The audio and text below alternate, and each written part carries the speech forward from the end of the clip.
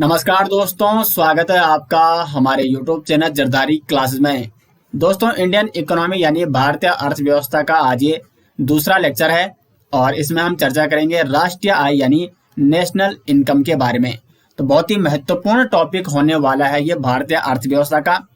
अब देखो, इस टॉपिक के अंतर्गत हम यहाँ पे कौन कौन से टॉपिक कवर करेंगे। राष्ट्रीय आय यानी नेशनल इनकम के बारे में जानेंगे, नेशनल इनकम की गणना किस प्रकार से होती है और राष्ट्रीय आय के इतिहास के बारे में भी अध्ययन करेंगे। उसके बाद राष्ट्रीय आय की अवधारणा यानी कॉन्सेप्ट ऑफ नेशनल इनकम, जिसमें हम यहाँ पे जीडीपी, सकल घरेलू उत्पाद, एनडीपी, जीएनपी और एनएनपी, ये क्या होता है, इनमें क्या डिफरेंस होता है, तो इसके बारे में आज हम डिटेल्स में अध्ययन करने वाले हैं। तो इंडियन इकोनॉमी का ये आज बहुत ही महत्वपूर्ण लेक्चर होने वाला है दोस्तों। तो अच्छे से आपको देखना है और समझने का प्रयास करना है और अच्छे से नोट्स अपने तैयार करने हैं। तो शुरू करते हैं दोस्तों आज का लेक्चर। सबसे पहले बात करते हैं राष्ट्रीय आय यानी नेशनल इनकम क्या होती है। तो क्या होती है राष्ट्रीय आय? किसी देश में एक वर्ष में वस्तुओं व सेवाओं का अंतिम मूल्य उस देश की राष्ट्रीय आय कहलाता है। या आप इसको इस प्रकार से भी समझ सकते हैं कि किसी राष्ट्र या किसी देश की एक साल में जो कुल आय होती है वही उस देश की राष्ट्रीय आय कहलाती है। यानी प्रत्येक वर्ष प्रत्येक राष्ट्र की क्या होती है, प्रत्येक देश की राष्ट्रीय आय की गणना की जाती है। तो देश में एक वर्ष में वस्तुओं व सेवाओं का जो अंतिम मूल्य होता है या उस देश की एक वर्ष के अंतर्गत कुल जो आय होती है उसे उस देश की राष्ट्रीय आय या नेशनल इनकम कहा जाता है। प्रत्येक देश का अपना एक वित्तीय वर्ष होता है। अगर हम भारत की बात करें तो भारत का जो वित्तीय वर्ष होता है, भारत का वित्तीय वर्ष वो होता है दोस्तों 1 अप्रैल से लेकर 31 मार्च तक। 1 अप्रैल से लेकर 31 मार्च, इसे भारत का वित्तीय वर्ष या बजट वर्ष भी कहा जाता है। तो भारत की 1 अप्रैल से लेकर 31 मार्च तक की जो कुल आय होगी वही भारत की राष्ट्रीय आय, यानी एक वर्ष की जो आय होगी भारत की वही भारत की राष्ट्रीय आय या नेशनल इनकम कहलाती है। तो राष्ट्रीय आय क्या होती है ये आप समझ गए होंगे भली भांति से। अब एक महत्वपूर्ण प्रश्न ये बनता है हर एग्जाम में कि राष्ट्रीय आय की गणना किसके द्वारा की जाती है। मोस्ट इंपॉर्टेंट प्रश्न है। तो राष्ट्रीय आय की गणना की जाती है केंद्रीय सांख्यिकी कार्यालय द्वारा। केंद्रीय सांख्यिकी कार्यालय यानी सेंट्रल स्टैटिस्टिक्स ऑफिस, सीएसओ की फुल फॉर्म क्या है, सेंट्रल स्टैटिस्टिक्स ऑफिस। इसके द्वारा प्रतिवर्ष राष्ट्रीय आय की गणना की जाती है और इस सीएसओ की स्थापना की गई थी 1951 में और इसका मुख्यालय कहाँ है, तो दिल्ली में। इस कार्य में केंद्रीय सांख्यिकी कार्यालय यानी सीएसओ की मदद किसके द्वारा की जाती है, एनएसएसओ। एनएसएसओ की फुल फॉर्म है दोस्तों national sample survey office. Hindi में अगर बात करें तो यह है राष्ट्रीय, एस से सैंपल हो जाएगा यानी प्रतिदर्श, राष्ट्रीय प्रतिदर्श, और जो नेक्स्ट एस है इसका मतलब है सर्वे। तो राष्ट्रीय प्रतिदर्श सर्वेक्षण और ओ से ऑफिस यानी कार्यालय। तो देखो, राष्ट्रीय आय की गणना की जाती है सीएसओ यानी केंद्रीय सांख्यिकी कार्यालय द्वारा, लेकिन इस काम में केंद्रीय सांख्यिकी कार्यालय की मदद किसके द्वारा की जाती है, एनएसएसओ यानी राष्ट्रीय प्रतिदर्श सर्वेक्षण कार्यालय।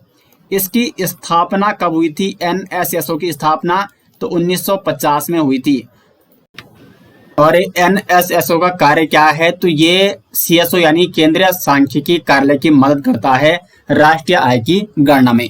अब यहाँ से दोस्तों एक और महत्वपूर्ण प्रश्न बनता है कि जो सीएसओ यानी केंद्रीय सांख्यिकी कार्यालय एंड एनएसएसओ यानी राष्ट्रीय प्रतिदर्श सर्वेक्षण कार्यालय, ये किस विभाग के अंतर्गत आते हैं, तो ये दोनों आते हैं दोस्तों केंद्रीय सांख्यिकी एवं कार्यक्रम क्रियान्वयन विभाग के अंतर्गत आते हैं। एक बार दोबारा आप इसको सुनिए और नोट कीजिए।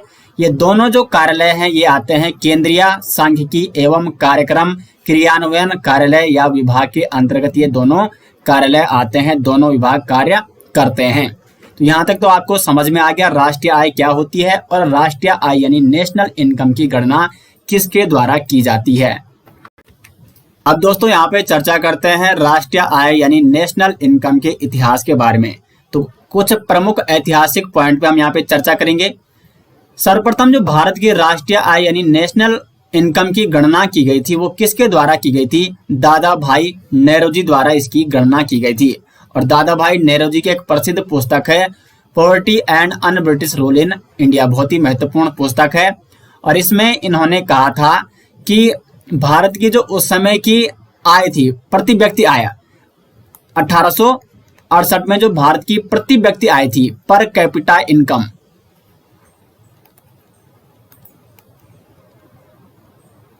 प्रति व्यक्ति आय वो थी 20 रुपए। यानी 1868 में प्रति व्यक्ति आय पर कैपिटा इनकम थी भारत की 20 रुपए। पर कैपिटा इनकम होती क्या है, इसको अभी आगे हम डिटेल्स में चर्चा करेंगे।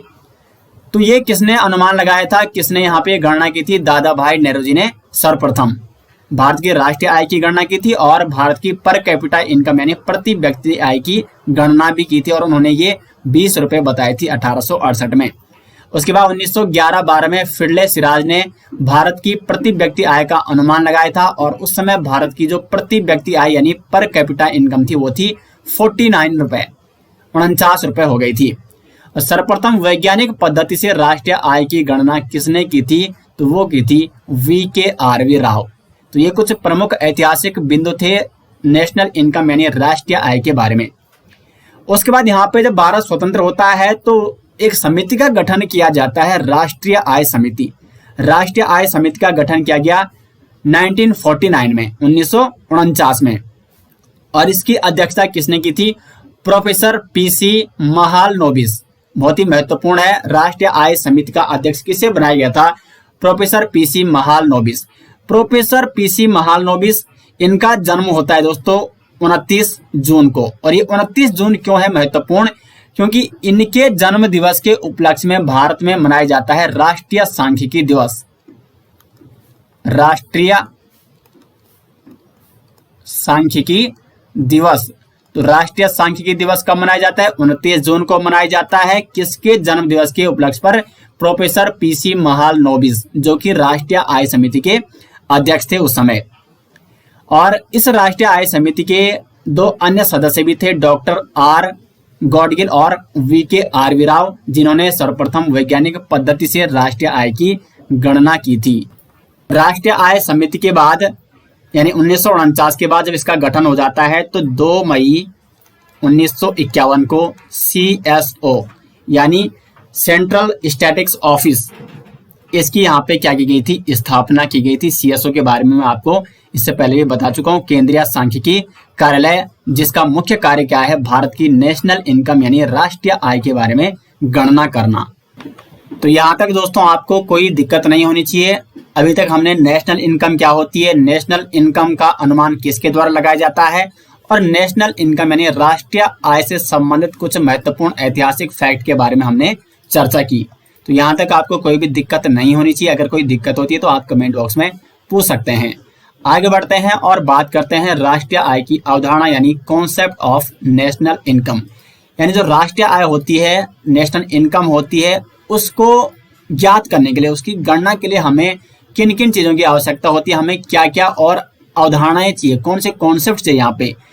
तो यहाँ पे हम चर्चा करेंगे GDP के बारे में, ग्रॉस डोमेस्टिक प्रोडक्ट, NDP यानी नेट डोमेस्टिक प्रोडक्ट, GNP सकल राष्ट्रीय उत्पाद यानी ग्रॉस नेशनल प्रोडक्ट।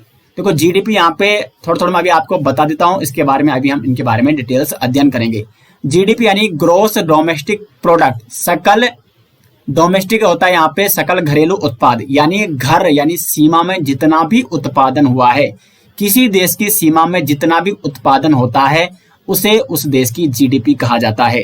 NDP क्या होता है? नेट डोमेस्टिक प्रोडक्ट, यानी शुद्ध डोमेस्टिक घरेलू उत्पाद, शुद्ध घरेलू उत्पाद। इसमें जो मूल्यह्रास होता है उसको घटाया जाता है GDP से। GDP में जो मूल्यह्रास होता है उसको घटाकर जो GDP आती है उसे NDP कहा जाता है, यानी वो शुद्ध घरेलू उत्पाद हो गया, यानी मूल्यह्रास को उसमें घटाकर। अभी इसके बारे में डिटेल्स में आगे विद एग्जांपल अध्ययन करेंगे। GNP सकल राष्ट्रीय उत्पाद, नेशनल यानी राष्ट्रीय से आप लगा सकते हैं कि इस राष्ट्र यानी किसी देश के जो नागरिक होते हैं, उस राष्ट्र के जो नागरिक होते हैं उनके द्वारा जो भी उत्पाद किया जाता है, किसी भी वस्तु या सेवा का उत्पादन किया जाता है, उसे उस देश की GNP कहा जाता है। NNP, तो इसमें भी GNP में हमने क्या करना है? मूल्यह्रास को घटा देना है और फिर निकल जाएगी हमारी एनएनपी। तो डिटेल्स में इनके बारे में चर्चा करेंगे, बहुत ही मजा आने वाला है आगे, और काफी इंटरेस्टिंग टॉपिक है दोस्तों ये अर्थव्यवस्था का। सबसे पहले बात करेंगे यहाँ पे जीडीपी के बारे में। क्या होती है जीडीपी? ग्रॉस डोमेस्टिक प्रोडक्ट, यानी सकल घरेलू उत्पाद। सकल घरेलू उत्पाद नाम से ही लग रहा है घरेलू यानी घर में। तो घर में अगर आपके घर की बात की जाए तो आपके परिवार में आपकी परिवार की जो या घर की जो सीमा होती है, जितना आपका घर है उतनी आपकी सीमा है। लेकिन यहाँ पे हम राष्ट्रीय स्तर पर जीडीपी की बात कर रहे हैं, तो जो किसी देश की राष्ट्रीय सीमा होगी या जो किसी देश की भौगोलिक जो क्षेत्र होगा, तो किसी देश के भौगोलिक क्षेत्र में या किसी देश के सीमा में कुल वस्तुओं या सेवाओं का जितना भी उत्पादन किया जाता है उनका अंतिम मूल्य ही क्या कहलाता है?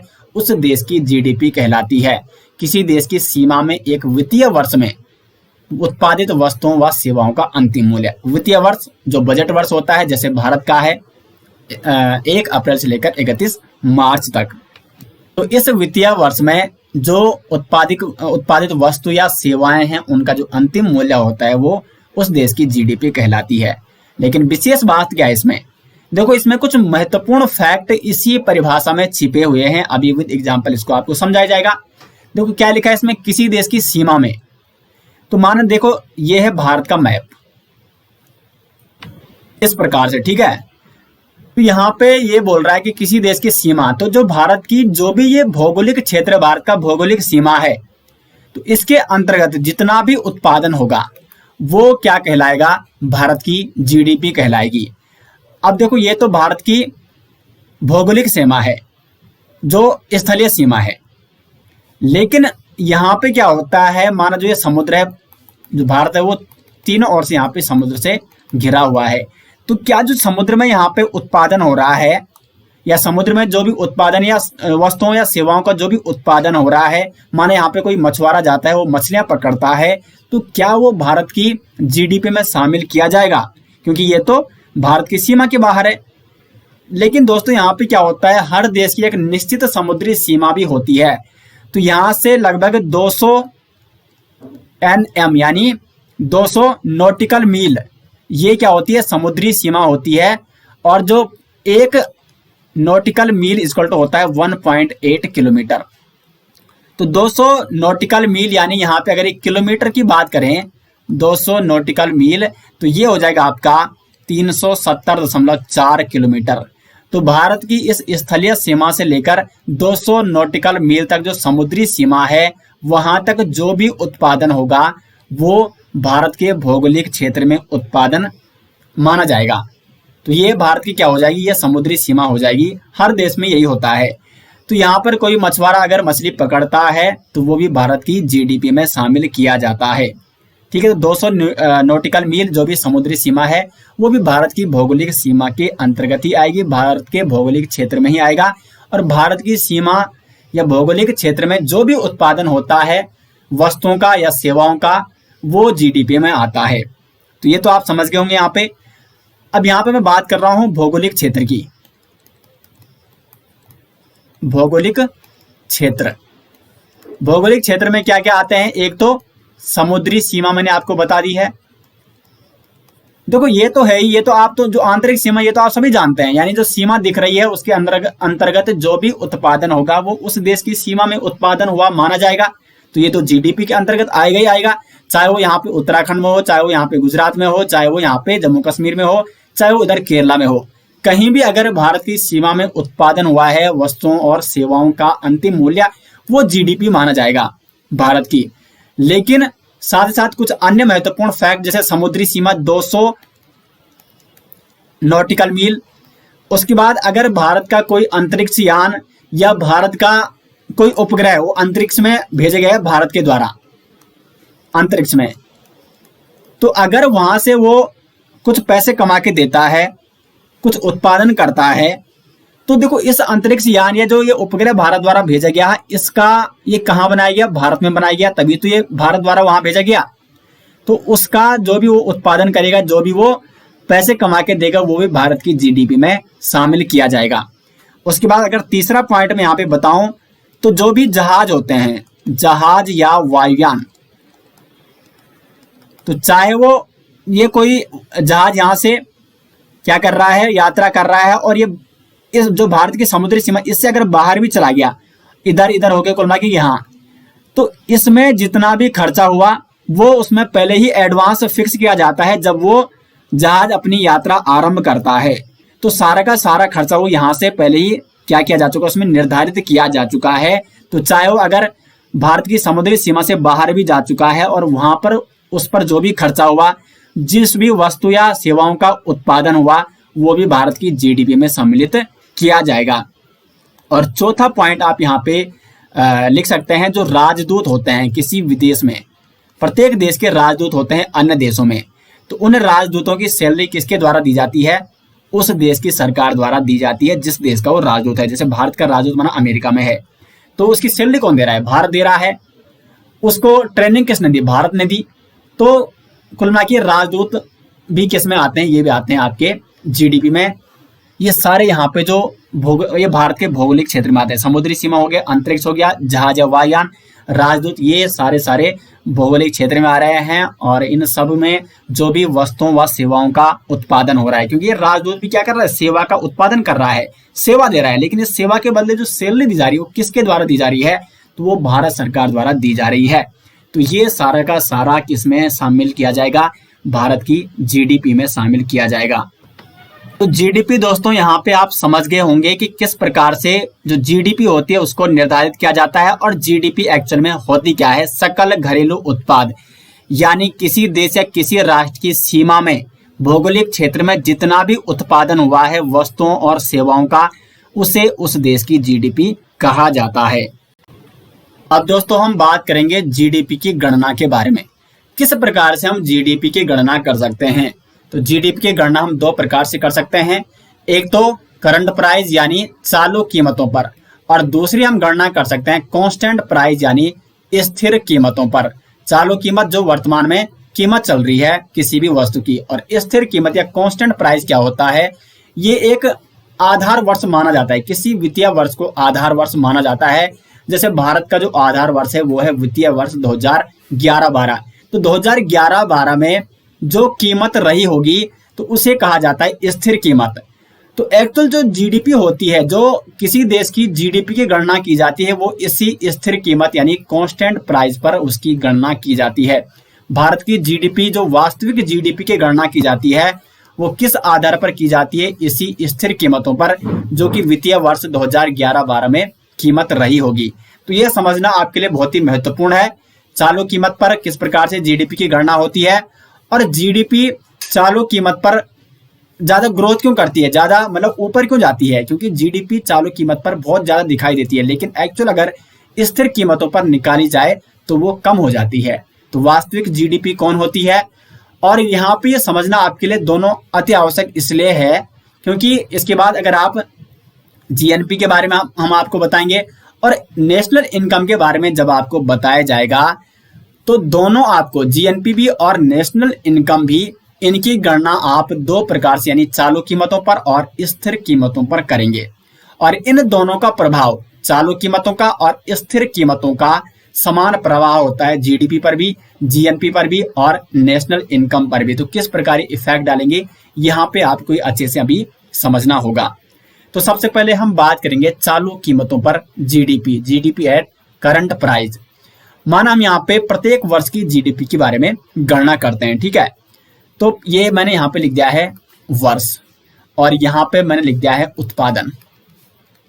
उत्पादन ये हो गया प्राइस, प्राइस, और ये हो गया जीडीपी विद एग्जाम्पल। दोस्तों मैं यहाँ पे आपको समझाने का प्रयास कर रहा हूं। ये मैं अभी एट करंट प्राइस पे निकाल रहा हूं, ठीक है। क्या इफेक्ट पड़ता है चालू कीमत का और कांस्टेंट प्राइस का जीडीपी पर। माना 2011 की बात करें, 2011 और 12 की, इस वित्तीय वर्ष की बात करें, इसको मैंने सबसे पहले इसलिए लिया क्योंकि ये आधार वर्ष माना जाता है। इसी आधार वर्ष की कीमतों को देखकर कांस्टेंट प्राइस पर जीडीपी की गणना की जाती है भारत में। तो 2011-12 में माना हमने गेहूं का उत्पादन किया 10 केजी, हम जीडीपी किसकी निकाल रहे हैं? गेहूं की। 10 केजी गेहूं का हमने उत्पादन किया और 1 केजी गेहूं की कीमत थी 10 रुपए। तो 10 केजी की क्या हो जाएगी? 100 रुपए हो जाएगी। 1 किलो की जब 10 रुपए है तो 10 केजी की क्या हो जाएगी? 100 रुपए। तो 100 रुपए अभी हमारी क्या है? जीडीपी है। फिर 2012-13 की अगर बात करें वित्तीय वर्ष, तो हमने क्या किया? जो उत्पादन किया वो उतना ही किया, 10 केजी।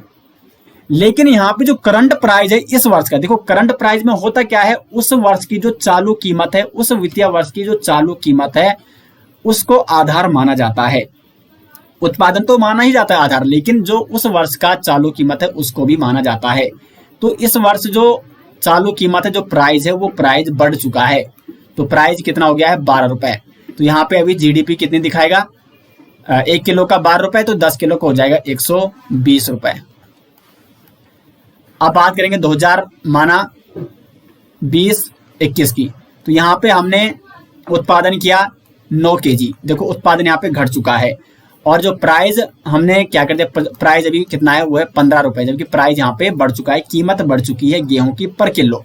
तो यहाँ पे 9 गुणा 15 हो जाएगा, 145 रुपए जीडीपी आ जाएगी। और 2021-22 की अगर हम बात करें, ये मैं एग्जांपल आपको बता रहा हूँ, यहाँ पे हमने उत्पादन किया केवल 5 किलो और प्राइस बढ़ा दिया प्रति किलो गेहूं का, वो बढ़ चुका है 30 रुपए। तो यहाँ पे जीडीपी दिखाएगा 150 रुपए। अब देखो यहाँ पे समझने वाली बात क्या है कि जीडीपी जब हम चालू कीमतों पर यानी एट करंट प्राइस पर निकालते हैं, जो उस वित्तीय वर्ष में उस वस्तु की जो लागत है, उस वस्तु की जो कीमत है, तो हमें लगता तो ये है कि जीडीपी बढ़ रही है। देखो यहाँ पे जीडीपी 2011-12 में 100 रुपए थी, 2012-13 में 120 हो गई, 2020-21 में 145 हो गई और 2021-22 वित्तीय वर्ष में 150 रुपए हो गई। लेकिन क्या वास्तव में जीडीपी यानी जो सकल घरेलू उत्पाद, जीडीपी का मतलब क्या है? सकल घरेलू उत्पाद, यानी उत्पादन बढ़ना चाहिए, तभी उस देश की स्थिति में बदलाव होगा, विकास होगा, तभी उस देश की जीडीपी बढ़ेगी। लेकिन यहाँ पे उत्पादन देखो 10 किलो, 9 किलो और 5 किलो, उत्पादन सीधा आधा हो गया, लेकिन यहाँ पे फिर भी लग रहा है कि जीडीपी बढ़ रही है। तो एक्चुअली दोस्तों ये जीडीपी नहीं बढ़ती है, बल्कि ये प्राइस बढ़ा है, रेट बढ़ा है, लागत बढ़ी है वस्तु की, उत्पादन हमने कम जी किया है। तो यानी जीडीपी एक्चुअल में बढ़ी नहीं है, बल्कि वो प्राइस बढ़ने के कारण ऐसा लग रहा है कि जीडीपी बढ़ रही है। तो यह लोक कल्याण के लिए अच्छा नहीं माना जाता है अगर करंट प्राइस पर जीडीपी निकाली जाए। अगर आज भी करंट प्राइस पर जीडीपी निकाली जाए तो जीडीपी लगेगा यार कि इस देश की जीडीपी बहुत ज्यादा है, लेकिन एक्चुअल जो उत्पादन हुआ है उस देश में, क्या वो उत्पादन उस स्तर का हुआ है या नहीं हुआ है? तो उत्पादन को ध्यान में रखकर ही यहाँ पे वास्तविक जीडीपी का पता लगाया जा सकता है। अगर उत्पादन बढ़ता है किसी देश का तो उस देश की जीडीपी बढ़ती है। तो करंट प्राइस पर आपको हमेशा ध्यान देना है कि जो करंट प्राइस में जीडीपी निकाली जाती है उस वित्तीय वर्ष की उस वस्तु की लागत है जो उस वित्तीय वर्ष में उसके आधार पर निकाली जाती है। और जीडीपी में जो कीमतों में जो ये वृद्धि हो रही है, देखो जीडीपी में वृद्धि हो रही है ना, 100 से 150 तक ये बढ़ चुका है, तो ये वृद्धि दिखाई जाती है, लेकिन ये एक्चुअली होता है क्या है, ये लागत में वृद्धि होती है, उत्पादन में कोई भी वृद्धि नहीं हो रही है। तो आप लिख सकते हैं कि जीडीपी में वृद्धि कीमतों में वृद्धि के कारण होती है, यद्यपि उसमें क्या होता है, उत्पादन में वृद्धि नहीं होती है। उसके बाद ये लोक कल्याण के लिए अच्छा सूचक नहीं है, क्योंकि इसमें लोगों के लिए महंगाई बढ़ रही है, उत्पादन तो बढ़ ही नहीं रहा है। तो करंट प्राइस पर आप जीडीपी की गणना अच्छे से समझ गए होंगे। अब बात करते हैं कि कांस्टेंट प्राइस पर।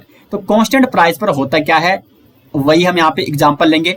ये हो गया वर्ष, ये हो गया उत्पादन, ये हो गया प्राइस और ये हो गया जीडीपी। वही एग्जांपल उसी प्रकार से हम लेंगे यहाँ पे। वित्तीय वर्ष 2011-12 आधार वर्ष इसी को लिया जाता है अभी वर्तमान में, ठीक है। ये आपको नोट करना है कि जीडीपी की गणना में या जो राष्ट्रीय आय की गणना होती है उसमें कांस्टेंट प्राइस किस वर्ष के आधार पर लिया जाता है, तो वो लिया जाता है 2011-12। तो 2011-12 में हमने उत्पादन किया 10 किलो गेहूं का और इसका मूल्य था 20 रुपए। तो अब यहाँ पे स्थिर कीमत यानी प्राइस प्रत्येक वित्तीय वर्ष में क्या होगी, यही मानी जाएगी, क्योंकि इसलिए इसको आधार वर्ष माना जाता है, आधार वर्ष। तो यहाँ पे 20 × 10 क्योंकि 1 किलो की कीमत 20 रुपए, तो 10 किलो की हो जाएगी 200 रुपए, ये हो जाएगी 200। ठीक है, फिर हमने वित्तीय वर्ष 2012-13 की बात की, तो उत्पादन हमने यहाँ पे क्या कर दिया है, बढ़ा दिया है 15 केजी। तो प्राइस क्या है, वही है, कांस्टेंट प्राइस पर हम निकाल रहे हैं, स्थिर कीमतों पर वित्तीय वर्ष के आधार पर। और वित्तीय वर्ष का आधार किस हिसाब से किया जाता है, जिस वर्ष देश ने अधिक प्रगति की हो, जिस वर्ष जीडीपी में अच्छा सुधार आया हो, तो उस वर्ष को आधार वर्ष माना जाता है। तो 12-13 वित्तीय वर्ष हमने लिया है, 15 केजी हमने उत्पादन किया है, 20 रुपए कांस्टेंट वही इसकी कीमत है। तो अभी यहाँ पे क्या हो गया, 15 गुणा 20, ये हो जाएगा 300। तो जीडीपी में ग्रोथ आ गई है। और ग्रोथ क्यों आई है, देखो हमने लागत तो बिल्कुल नहीं बढ़ाई, लागत हमने वही रखी है, लेकिन हमने उत्पादन ज्यादा किया है। तो जब जितना उत्पादन ज्यादा होगा उतना जीडीपी में वास्तविक प्रभाव दिखेगा कि जीडीपी बढ़ रही है। फिर अगर हम सीधे 2021-22 का एग्जाम्पल देते हैं, हाँ माना हमने यहाँ पे उत्पादन कितना किया है, 20 केजी कर लिया है और बढ़ा दिया हमने, तो कीमत वही है और यहाँ पे हमारी जीडीपी बिल्कुल क्या हो गई है, दुगनी बढ़ चुकी है। तो अब आप समझ गए होंगे कि क्यों यहाँ पे स्थिर कीमतों पर जो जीडीपी की गणना की जाती है वही वास्तविक जीडीपी मानी जाती है, जबकि चालू कीमतों पर जीडीपी में ग्रोथ या वृद्धि देखने को मिल सकती है, लेकिन उसका कारण क्या हो सकता है, प्राइस में वृद्धि हो सकता है। लेकिन जब हम प्राइस को कांस्टेंट रखते हैं तो तब हमें वास्तविक पता चलता है कि हमारी जीडीपी बढ़ रही है या जीडीपी घट रही है। तो अगर उत्पादन बढ़ेगा तो कांस्टेंट प्राइस पर जीडीपी हमेशा बढ़ेगी, और उत्पादन घटेगा तो कांस्टेंट प्राइस पर जीडीपी हमेशा घटेगी। देखो यहाँ पे माना मैं 2019-20 की बात करता हूँ, यहाँ पे हमने उत्पादन मात्र 5 केजी किया, तो कांस्टेंट प्राइस वही है 20 रुपए प्रति किलो, तो यहाँ पे 100 रुपए आ जाएगा, जीडीपी घट गई क्योंकि हमने उत्पादन घटा दिया है। तो उत्पादन जितना ज्यादा होगा उतना ज्यादा जीडीपी बढ़ेगी। तो जो स्थिर कीमतों पर जीडीपी की हम गणना करते हैं, यह वास्तविक विकास का सही सूचक माना जाता है। यानी वास्तविक विकास जो हो रहा है, वास्तविक जीडीपी में जो ग्रोथ हो रही है, उसका पता हमें किस प्रकार से चलेगा, जब हम कांस्टेंट प्राइस यानी स्थिर कीमतों पर जीडीपी की गणना करेंगे। दोस्तों एक बार आप इसका स्क्रीनशॉट ले सकते हैं, ये जीडीपी की गणना वाले पेज का, क्योंकि ऊपर यहाँ पे कैमरा था, शायद ये यहाँ पे दिखा नहीं होगा आपको, इसका आप स्क्रीनशॉट ले सकते हैं एक बार। ठीक है, यहाँ पे चालू कीमतों पर जब जीडीपी की गणना की जाती है तो उस समय उत्पादन भी उसी वित्तीय वर्ष का माना जाता है और प्राइस भी उसी वित्तीय वर्ष का, लागत जो उसी वित्तीय वर्ष की मानी जाती है। जबकि कांस्टेंट प्राइस पर जब जीडीपी की गणना की जाती है तो उत्पादन तो उसी वित्तीय वर्ष का माना जाता है, लेकिन जो प्राइस होता है वो कांस्टेंट होता है, यानी आधार वर्ष 2011-12 का प्राइस माना जाता है। इसलिए यहाँ पे आपको 20 रुपए 20 रुपए 20 रुपए 20 रुपए दिख रहा होगा, क्योंकि प्राइस यहाँ पे कांस्टेंट है, स्थिर है, और किस वित्तीय वर्ष के आधार पर वो लिया गया है, आधार वर्ष 2011-12। आधार वर्ष किसे माना जाता है, 2011-12 को। अब यहाँ पे चाहे जीएनपी आए, चाहे वो राष्ट्रीय आय की गणना हो, तो राष्ट्रीय आय की गणना भी हम जब करेंगे तो वहां पे भी वो दो प्रकार से हम कर सकते हैं। तो चालू कीमतों पर नेशनल इनकम ज्यादा दिखाई जा सकती है, लेकिन वो चालू कीमतों पर दिखाई जा रही है। लेकिन अगर स्थिर कीमतों पर हम नेशनल इनकम के बारे में गणना करेंगे तो एक्चुअल हमें पता चलेगा कि राष्ट्रीय आय क्या है।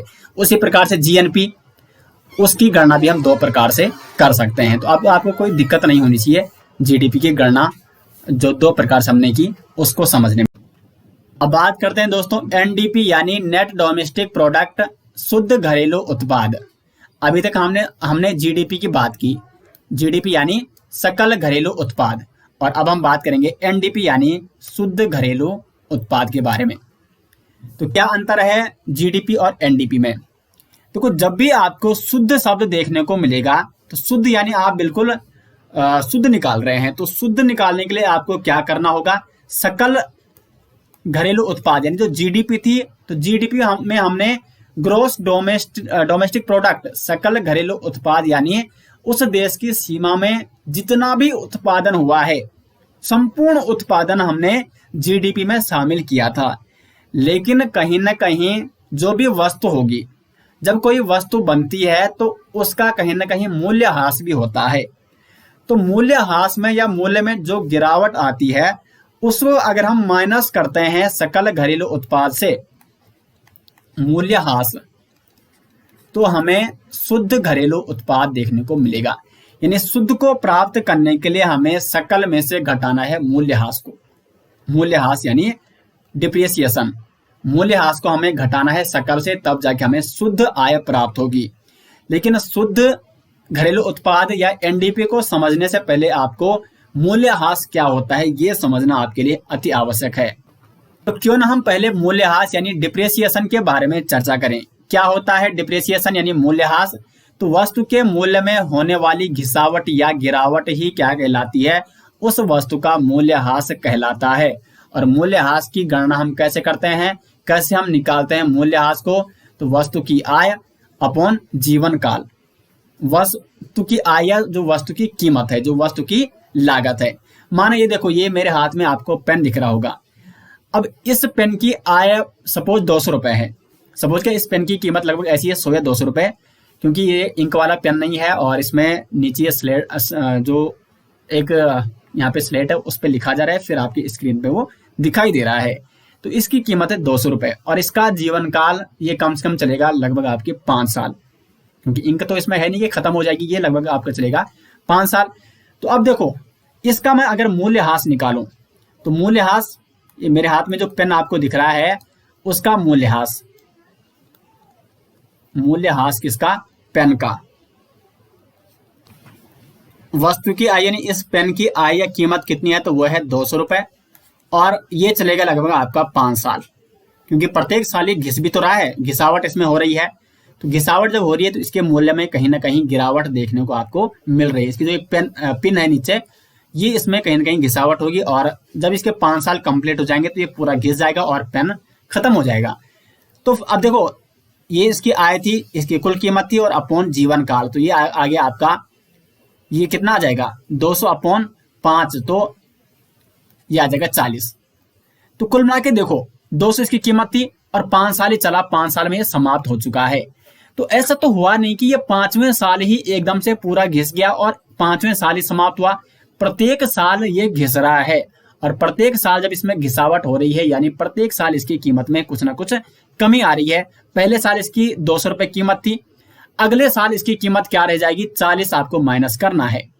प्रत्येक साल ये 40 रुपए घिस रहा है, क्योंकि देखो 5 साल में 200 रुपए समाप्त हो गए। ये 200 रुपए का है ना, तो 5 साल इसकी जीवन काल है इसका, तो 5 साल में ये 200 रुपए का जो पेन था ये समाप्त हो जाएगा। तो अब ऐसा तो नहीं कि 5वें साल ही ये पूरा समाप्त हुआ, प्रत्येक साल इसमें कुछ ना कुछ घिसावट देखने को मिल रही है। तो एक साल की अगर घिसावट की कीमत निकालें तो 200 अपॉन 5 ये हो जाएगा 40 रुपए। यानी इसकी एक साल में कितना इसमें घिसावट आई, इसके मूल्य में कितना ह्रास हुआ, मूल्य में कितनी कमी आई या मूल्य में कितनी गिरावट आई, तो वो आई एक साल में 40 रुपए। तो ये होता है मूल्यह्रास। तो प्रत्येक वस्तु का मूल्यह्रास आप निकाल सकते हैं, लेकिन जो मूल्यह्रास होता है प्रत्येक वस्तु का, उसे निर्धारित कौन करती है? सरकार मूल्यह्रास को निर्धारित करती है। और भारत में मूल्यह्रास का निर्धारण कौन करता है? तो केंद्रीय वाणिज्य एवं उद्योग मंत्रालय ये इस मूल्यह्रास का निर्धारण करता है। एक बार आप दोबारा लिख सकते हैं इसको कि भारत में मूल्यह्रास का निर्धारण किसके द्वारा किया जाता है? केंद्रीय वाणिज्य एवं उद्योग मंत्रालय के द्वारा। उम्मीद करते हैं दोस्तों कि मूल्यह्रास आपको अच्छे से यहाँ पे समझ में आ गया होगा। तो हम यहाँ पे एनडीपी के बारे में चर्चा कर रहे थे, नेट डोमेस्टिक प्रोडक्ट, शुद्ध घरेलू उत्पाद हमें कितना हुआ है। तो माना हमने किसी वस्तु का उत्पादन किया है, किसी वस्तु का हमने उत्पादन किया है। एग्जाम्पल मैं आपको यहाँ पे दे दूं, मैंने यहाँ पे 10 केजी गेहूं का उत्पादन किया है एक वर्ष में। लेकिन इस 10 केजी गेहूं का उत्पादन करते करते मैंने जिन वस्तुओं का प्रयोग किया, मैंने हल का प्रयोग किया और हल वो घिसते घिसते क्या हो गया, हर महीने मैंने हल लगाया और घिसते घिसते उस हल की जो कीमत है वो हल पूर्ण रूप से नष्ट हो चुका है। तो उत्पादन में कहीं ना कहीं वो गेहूं के उत्पादन में वो हल नष्ट हुआ है। तो उस हल की जो क्षति हुई है, उसके जो मूल्य में ह्रास हुआ है, वो मैं कहां से भरूंगा? वो इस कीमत से ही भरूंगा, इस जो ये गेहूं की कीमत है। तो इस 10 रुपए, जो 10 केजी गेहूं है, माना इनकी कीमत कितनी है? 1000 रुपए है और मेरा जो हल है वो 100 रुपए का था, 100 रुपए की उसमें मूल्य ह्रास हो चुका है। तो मेरी जो नेट डोमेस्टिक प्रोडक्ट, शुद्ध घरेलू उत्पाद जो मैंने किया, क्योंकि 1000 रुपए का मैंने उत्पादन किया था, ये मेरी कुल जीडीपी थी, कुल जो गेहूं का उत्पादन किया, लेकिन 100 रुपए मैंने मूल्य ह्रास भी कर दिया है जब मैंने इन गेहूं का उत्पादन किया। तो माइनस इसमें 100 कर देंगे तो अब ये बच जाएगा 900। तो मुझे जो यहाँ पे मेरी जो एनडीपी यानी शुद्ध घरेलू उत्पाद, शुद्ध गेहूं का उत्पादन जो मैंने किया वो मैंने किया 900 रुपए का, क्योंकि 100 रुपए का मैंने जो उसमें हल मैंने जो जोता वहां पे वो हल घिस चुका है, उस हल के मूल्य में हास हो चुका है, मूल्य में कमी आ चुकी है, 100 रुपए की कमी। तो 100 रुपए की भरपाई कोई बाहर से आके तो मेरे को देगा नहीं। तो इस एग्जाम्पल के माध्यम से आप अच्छे तरीके से दोस्तों समझ गए होंगे कि शुद्ध घरेलू उत्पाद क्या होता है, जीडीपी क्या होता है। जीडीपी में मूल्यह्रास को नहीं घटाया जाता है, जीडीपी में आपकी कुल जो आपने उत्पादन किया है वो आपका जीडीपी कहलाएगा। इसमें जो 1000 रुपए है, मैंने 10 केजी गेहूं का उत्पादन किया एक साल में, तो जो ये 1000 रुपए है, 10 किलो गेहूं की कीमत 1000 रुपए, ये मेरी कुल जीडीपी हुई। लेकिन इसमें मैंने मूल्यह्रास नहीं घटाया और मेरा एक साल में मूल्यह्रास हुआ है जब मैंने इस गेहूं का उत्पादन किया है वो हुआ है 100 रुपए। तो मूल्यह्रास को घटाओ जीडीपी में से तो कुल आपका शुद्ध घरेलू उत्पाद, शुद्ध जो आय है आपकी, वो आपकी प्राप्त हो जाएगी। एक एग्जाम्पल दोस्तों मैं आपको यहाँ पे दूसरा दे रहा हूं आपकी पढ़ाई से संबंधित। माना आपने पढ़ाई की 6 घंटे, 6 घंटे आपने क्या कर दी, पढ़ाई कर दी। तो आपने जो कुल पढ़ाई की वो 6 घंटे कर दी क्या, लेकिन आपने क्या 6 घंटे लगातार पढ़ाई की? बिल्कुल हो ही नहीं सकता है कि 6 घंटे आप पढ़ाई कर दो लगातार। तो आपने इन 6 घंटों में क्या किया, आपने कह तो दिया कि मैंने 6 घंटे पढ़ाई की, लेकिन 6 घंटे में आपने बीच में 10 मिनट क्या कर दिया, खाना खाया, खाना खाया, ठीक है। फिर आपने 20 मिनट अपना मोबाइल छेड़ दिया, मोबाइल, और 30 मिनट आप बीच में घूमने चले गए। लेकिन आपने बोल क्या दिया कि मैंने 6 घंटे पढ़ाई कर दी, क्योंकि ये काम आपने बीच में पढ़ाई से निकालकर ये कर दिया। तो देखो 10 मिनट, 20 मिनट और 30 मिनट, 1 घंटा आपने एक्स्ट्रा काम में लगा दिया, लेकिन आपने उसको भी गिन लिया पढ़ाई में। तो लेकिन शुद्ध जो आपने पढ़ाई की, शुद्ध पढ़ाई आपकी हुई, शुद्ध पढ़ाई, तो टोटल पढ़ाई आपने 6 घंटे की और 1 घंटे आपने इसी 6 घंटों में से बाहर निकाल दिया, तो 6 - 1 शुद्ध पढ़ाई आपकी हो गई 5 घंटा। बस इसी प्रकार से आपको शुद्ध घरेलू उत्पाद और जीडीपी यानी सकल घरेलू उत्पाद में अंतर समझना है। टोटल पढ़ाई यानी टोटल घरेलू उत्पाद, ये आपकी जीडीपी हुई। यहाँ पे उत्पाद नहीं, अभी यहाँ पे इसको पढ़ाई मानो, ठीक है। टोटल पढ़ाई ये आपकी जीडीपी हुई, और टोटल पढ़ाई में से जो आपका समय वेस्ट हुआ, यानी जो मूल्यह्रास हुआ समय में, 1 घंटा वो आपने निकाल दिया, तो बचा 5 घंटा, ये आपकी हुई शुद्ध पढ़ाई यानी शुद्ध घरेलू उत्पाद। तो NDP equal to GDP minus D, D यहाँ पे क्या है, मूल्यह्रास है। शुद्ध घरेलू उत्पाद इक्वल टू सकल घरेलू उत्पाद माइनस मूल्यह्रास। सकल घरेलू उत्पाद में जब आप मूल्यह्रास निकालोगे, मूल्यह्रास घटाओगे, तो आपको शुद्ध घरेलू उत्पाद प्राप्त होगा। उम्मीद करें कि एनडीपी इसके बाद आप नहीं भूल पाओगे। अब आता है दोस्तों जीएनपी यानी ग्रोस नेशनल प्रोडक्ट, सकल राष्ट्रीय उत्पाद। अब यहाँ पे इसको एन शब्द से आपको यानी राष्ट्रीय यानी नेशनल से आपको इसको समझना है। इसी शब्द से नेशनल यानी राष्ट्र, राष्ट्र यानी राष्ट्र। तो राष्ट्र के जो नागरिक हैं, राष्ट्र के नागरिक कौन होते हैं, जिनके पास उस देश की नागरिकता होती है। तो राष्ट्र या देश के नागरिकों द्वारा देश व विदेश में उत्पादित वस्तु और सेवा का अंतिम मूल्य या वस्तुओं और सेवाओं का जो उत्पादन होता है उसे कहा जाता है जीएनपी यानी सकल राष्ट्रीय उत्पाद। देखो जीडीपी में क्या था, उस देश की सीमा में। जीडीपी में आपने देखना था सकल घरेलू, घरेलू यानी सीमा, घर की सीमा, देश की सीमा आपने वहां पे देखनी थी। देश की सीमा में जितना भी उत्पादन हुआ वो उस देश की जीडीपी कहलाइए, जबकि राष्ट्र के नागरिकों द्वारा जितना कुल उत्पादन हुआ वो उस देश का जीएनपी कहलाता है। अब ये देखो यहाँ पे ये हो गया भारत का मैप। यहाँ पे क्या है, भारत के जितने भी नागरिक हैं उन्होंने यहाँ पे उत्पादन किया। यहाँ पे उत्तराखंड या यहाँ महाराष्ट्र या केरल में जहां जहां भी भारत के नागरिक हैं उन्होंने जो भी उत्पादन किया वो जीएनपी में आएगा। लेकिन कुछ नागरिक जो देश के बाहर काम कर रहे हैं, क्योंकि भारत की अर्थव्यवस्था कैसी है, फर्स्ट लेक्चर में मैंने आपको बताया था खुली अर्थव्यवस्था है। खुली अर्थव्यवस्था में इस देश के नागरिक बाहर जा सकते हैं काम करने के लिए, बाहर के नागरिक इस देश में आ सकते हैं काम करने के लिए। तो यहाँ के नागरिक गए यहाँ से कहीं बाहर दूसरे देश में, माने यहाँ पे चीन है, ठीक है, चीन में चले गए काम करने। तो इन नागरिकों ने चाइना में जितना भी उत्पादन किया वस्तु और सेवा का, उससे इनको जो कमाई हुई वो कहाँ भेजेंगे, कहाँ लाएंगे, भारत में लाएंगे। तो भारत की जीएनपी है वो इसमें जुड़ जाएगी।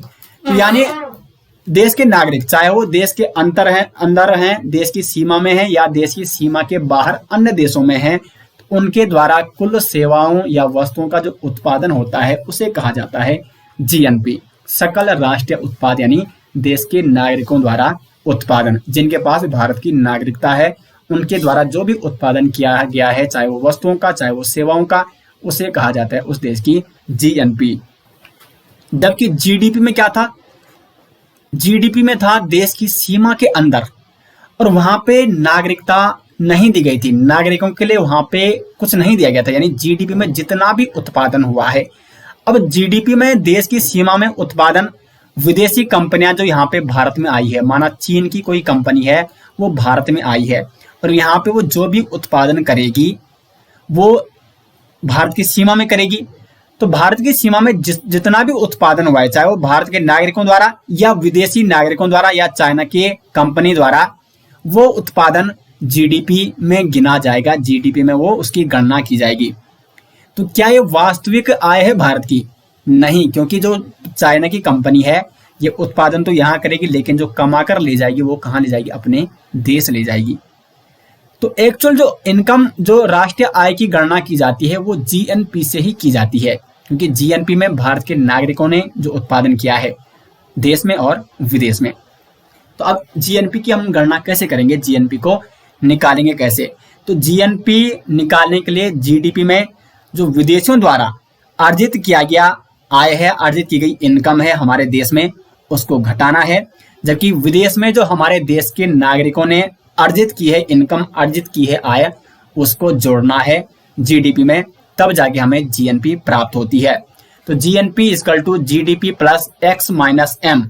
एक्स यहाँ पे क्या है, भारतीय नागरिकों द्वारा विदेश में अर्जित आय। जो यहाँ से ये भारत का नागरिक गया है चाइना में, यहाँ पर माना उसने कितने रुपए कमाए, इसने कमाए 500 रुपए। जो भारत का नागरिक है, भारत का नागरिक एक्स यहाँ पे क्या है, भारत का नागरिक है, जबकि यहाँ पे अच्छा एम है, ठीक है, ये एम है यहाँ पे, एक्स माइनस एम। एम क्या है, विदेशियों द्वारा भारत में अर्जित आय। विदेश यहाँ पे क्या है, चाइना, विदेश है दूसरा देश है, चाइना की कंपनी यहाँ पे, एम कंपनी यहाँ पे भारत में आई और भारत से उसने कितने रुपए कमाए, इसने 200 रुपए कमाए। तो देखो ये 200 रुपए यहाँ से बाहर ले जाएगा, लेकिन ये 200 रुपए हम जीडीपी में क्या कर रहे हैं, इसको जोड़ रहे हैं। जीडीपी क्या होती है, हमारे देश की सीमा में जितना भी उत्पादन हुआ है, तो देश की सीमा में जितना भी उत्पादन हुआ है, ये 200 रुपए का उत्पादन कहाँ हुआ है, हमारे देश की सीमा में, जबकि जो 500 रुपए है इनका उत्पादन कहाँ हुआ है, हमारे देश की सीमा के बाहर।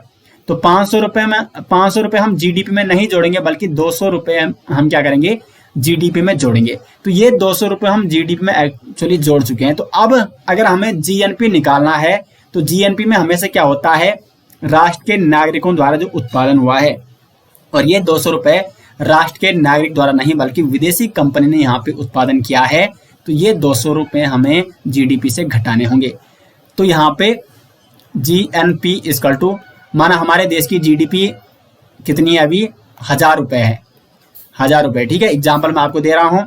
तो 200 रुपए किसके इसमें सम्मिलित हैं, इस कंपनी के, क्योंकि इसने भी 200 रुपए जो कमाए वो हमारे देश की सीमा में कमाए, वो जीडीपी हमने इंक्लूड किए। तो 1000 यहाँ पे हमने माइनस करने हैं ये 200, तो कितना आया, 800। लेकिन हम जीएनपी निकाल रहे हैं, तो जीएनपी में जो हमारे देश के नागरिक हैं उन्होंने जो विदेश में पैसा कमाया है वो कितना कमाए, एक्स ने 500 रुपए। तो इस 800 में हमने 500 रुपए जोड़ना है, कितना हो गया, 1300। तो देखो अभी भारत की जीएनपी क्या आ गई, 1300 आ गई। तो उम्मीद करते हैं कि इस एग्जाम्पल से आप अच्छे तरीके से समझ गए होंगे कि जीएनपी में क्या अंतर है, जीडीपी में क्या अंतर है, और जीएनपी को किस प्रकार से हम निकाल सकते हैं। तो फॉर्मूला क्या है सीधा, GNP equal to GDP plus X minus M. माना जीडीपी कितनी है, वो है 500 रुपए देश की, प्लस जो एक्स है, जो भारतीय नागरिकों द्वारा विदेश में अर्जित आय है, वो यहाँ पे अभी कितनी है, 300 रुपए। इसको मिटा दो, ठीक है। अब वो मैंने एग्जाम्पल के लिए आपको बताया था। और एम यहाँ पे क्या है, यानी विदेशी कंपनियों ने भारत में जो पैसा कमाया है, विदेश ले गए हैं, वो है 100 रुपए। तो क्या हो जाएगा, 500 प्लस 300 माइनस 100, ये हो जाएगा 200 इक्वल टू आ जाएगा 700। अब यहाँ पे जो ये 200 है ना, ये है शुद्ध साधन आय। शुद्ध साधन आय, शुद्ध साधन आय क्या होती है, इसमें हमने क्या करना होता है, शुद्ध साधन आय निकालने के लिए जो भारत का नागरिक है, जो विदेश में गया है, उसने कितना आय किया है, कितना उसने अर्न किया है, कितने उसने इनकम की है, या कितना उसने उत्पादन किया है, उसमें से किसको घटाना है, जो विदेशी कंपनियां जिन्होंने भारत में उत्पादन किया है। यानी शुद्ध साधन आय क्या होता है, एक्स माइनस एम। एक्स क्या होता है, भारतीय नागरिकों द्वारा विदेश में अर्जित आय, और एम होती है विदेशी द्वारा भारत में अर्जित आय। तो यहाँ पे माना, देखो यहाँ पे 300 रुपए भारतीय नागरिक ने विदेश में कमाए थे और 100 रुपए विदेशी कंपनी ने भारत में कमाए थे। तो 300 भारत में आएंगे, लेकिन 100 रुपए भारत से बाहर भी जाएंगे। तो एक्चुअली भारत के पास कितना बचा, 200 रुपए बचा। तो ये है भारत की शुद्ध साधन आय। शुद्ध साधन आय भी यहाँ पे आप समझ गए होंगे। अब दोस्तों यहाँ पे कुछ अन्य महत्वपूर्ण फैक्ट जानते हैं जीडीपी और जीएनपी के बारे में। तो माना सपोज किसी देश की जीएनपी है वो कम है जीडीपी से, तो वो देश विकासशील देश माना जाता है। जबकि जिस देश की जीएनपी ज्यादा होती है जीडीपी से, उस देश को कहते हैं विकसित देश। तो भारत की जो जीडीपी है वो जीएनपी से अधिक है, यानी भारत की जो जीएनपी है, सकल राष्ट्रीय उत्पाद, वो जीडीपी से कम है। तो चलो यहाँ पे आपको केस बता देते हैं कि क्या क्या केस होते हैं। माना सपोज जो जीएनपी है, किसी देश की जीएनपी वो अधिक है जीडीपी से। तो जीएनपी जीडीपी से अधिक कब होगी, जब जो एक्स की वैल्यू है, क्योंकि एक्स हम जोड़ रहे हैं और एम हम घटा रहे हैं, तो एक्स की वैल्यू जितनी ज्यादा होगी, एक्स की वैल्यू अधिक होगी, क्योंकि एक्स हम जोड़ रहे हैं, एक्स की वैल्यू जितनी अधिक होगी उतना जीएनपी में क्या होगा, ग्रोथ होगा। तो एक्स यहाँ पे क्या है, भारतीय नागरिकों द्वारा विदेश में अर्जित आय। तो किसी देश के नागरिक अगर विदेश में ज्यादा आय कमाते हैं, ज्यादा आय अर्जित करते हैं, किसके कंपेयर में, जो उस देश में विदेशी कंपनियां आई हैं, जितना वो उत्पादन कर रही हैं, जितना वो आय अर्जित कर रही है, उसके मुकाबले अगर हमारे देश के नागरिक विदेश में आय अर्जित करते हैं उससे अधिक, तो हमारे देश की जीएनपी ज्यादा होगी जीडीपी के मुकाबले। तो जीएनपी जब ज्यादा होता है जीडीपी से, तो हमेशा एक्स की वैल्यू अधिक होती है और देश को लाभ प्राप्त होता है, देश को लाभ। तो देखो एग्जाम में क्या बन सकता है, कंडीशन आ सकती है कि केस 1 जीएनपी अगर ज्यादा है जीडीपी से, तो क्या होगा, एक्स की वैल्यू अधिक होगी, एक्स की वैल्यू कम होगी, एक्स की और वाई, ये एम है यहाँ पे, ठीक है, ये एम है यहाँ पे, एक्स और एम की वैल्यू बराबर होगी, ये एक्स की वैल्यू 0 होगी। इस प्रकार से ऑप्शन आ सकते हैं। तो जीएनपी की वैल्यू जब भी ज्यादा होगी जीडीपी से, तो हमेशा इसका मतलब उसमें एक्स की वैल्यू अधिक है। उसके बाद दूसरा एग्जांपल देते हैं, जीएनपी की वैल्यू कम है जीडीपी से जो भारत में है, तो इसका मतलब एक्स की वैल्यू क्या है, कम है। और अगर जीएनपी इक्वल टू जीडीपी हो गया, यानी सकल राष्ट्रीय उत्पाद और सकल घरेलू उत्पाद की वैल्यू बराबर आ गई, तो इसका मतलब एक्स व वाई बराबर हैं। तो एक्स माइनस वाई हो जाएगा 0, तो फिर जीएनपी इक्वल टू जीडीपी आ जाएगा। और ये एग्जाम्पल किसका है, ये है बंद अर्थव्यवस्था का। जिन देशों में बंद अर्थव्यवस्था होगी वहां पर जीएनपी की वैल्यू, यानी सकल राष्ट्रीय उत्पाद की वैल्यू सकल घरेलू उत्पाद के बराबर होगी। या जिन देशों में क्या होगा, जो उस देश के नागरिक हैं वो विदेश में भी उतना ही पैसा कमा रहे हैं, जबकि विदेशी कंपनियां उस देश में उतना ही पैसा कमा रही है, दोनों बिल्कुल क्या है, कांस्टेंट है, दोनों में समान वहां पे कुल मिला के वो भी विदेश से उतना ही पैसा ला रहे हैं जितना इस देश से विदेश में पैसा जा रहा है। तो फिर यहाँ पे जीएनपी और जीडीपी बराबर होगी। तो भारत में क्या है, भारत की जीएनपी जीडीपी से कम है, तो एक्स की वैल्यू, यानी जो भारत के नागरिक विदेश में है, तो भारत के कम नागरिक हैं विदेश में जो क्या कर रहे हैं, जो आय भेज रहे हैं भारत में या जो आय अर्जित कर रहे हैं, जबकि जो विदेशी कंपनियां भारत में वो ज्यादा आय अर्जित कर रही है। तो इसलिए भारत की जो जीएनपी है वो जीडीपी से कम है। तो उम्मीद करते हैं कि आप यहाँ पे समझ गए होंगे। भारत की जो जीएनपी है वो जीडीपी से कम है। तो भारत में ये कंडीशन है, तो इसलिए भारत एक विकासशील देश है, भारत अभी विकास कर रहा है। जबकि जिन देशों में जीएनपी अधिक होती है उसकी जीडीपी के मुकाबले, उन देशों को माना जाता है विकसित देश। उन देशों में ये वाली कंडीशन होती है।